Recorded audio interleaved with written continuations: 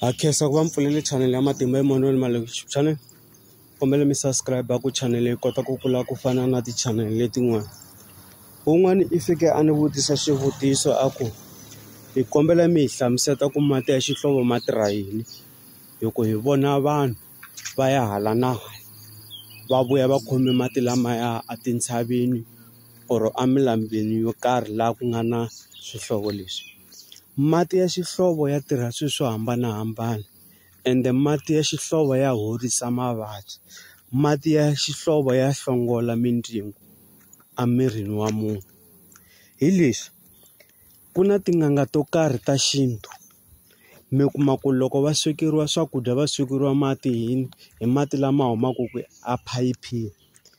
Ivi loko ku ri ke ni n'anga yaleyo yi twa torha yi omeriwile yi nwa yini yi nwa mati ya xihlovo. Mati lama ma pfuna n'anga liya ku va yi vona tinhlolo, ku va yi vona swilo leswi swi nga ku teni swa mindzuku, ku va yi kota ku vona mavabyi ya munhu wo karhi. Hikuva mati lama i mati yo kwetsima, i mati lama nga kateka. Ivi hi suka hi ya ka vaporofita vo karhi lava va hi tshungulaka mavabyi. Na vona mati lama va ma tirhisa ngopfu va ma nwa. Loko va vona swivono va swi vona kahle loko va nwile mati lamaya. Na wena loko ri ke ni wa vabya i ya ka vona vaporofita valava va ta fika va ku byela ku wena swi lava ku i nwa mati ya xihlovo hikuva xidyisa lexi i nga dyisiwa xona or nchumu lowu nga na wona kwala muzimbeni wu lava i kuma mati lama i nwa wona ku swilo sweswo swi kota ku hangalaka emuzimbeni. Wun'wanyana va ta n'wi byela ku i ri i na problem ya ku loko i dya swakudya swo karhi swa ku vavisa emuzimbeni. Hi kombela ku i kuma mati ya xihlovo, mati lama ma ta fika ma susa xilondza lexi i nga na xona emuzimbeni or swilo leswi swi ku vavisaka ku emuzimbeni. Se mati lamaya a ma pimeriwi ku ma nwa hi mani. Mani na mani wa ma nwa mati lamaya.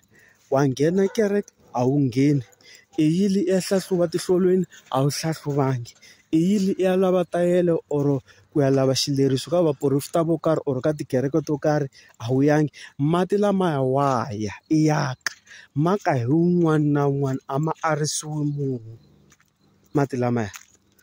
Loko wena i titwa ku i basile wa ti tekela xigubu xa wena i ya kwale va kaku kona i fika i tikela i fika i veka laya i nyiketa mani vana va wena or nghamu or nuna mi ti nwela kwala kaya. Van'wanyana va ma tirhisana loko ku ri na mitlangu mi kuma ku hlutiwe byalwa bya xintu ku ri na ntlangu kwala mutini. Wun'wana i ta aka mati lama ma xihlovo a fika a chela ku kwala byaleni bya xintu. Van'wanyana va ma chela eswakudyeni loko ku ri na mitlangu ku papalata yini ti-poison.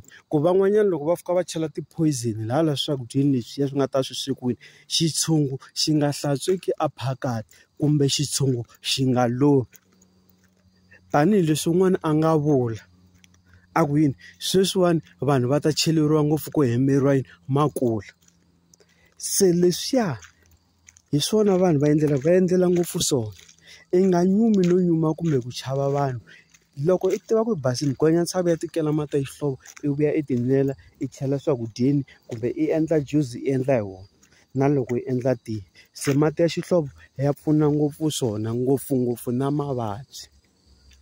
Na khensa ku va mpfulele channel ya Matimba Emmanuel Maleko YouTube channel. Kombela mi subscribe ku channel yi kota ku kula danko.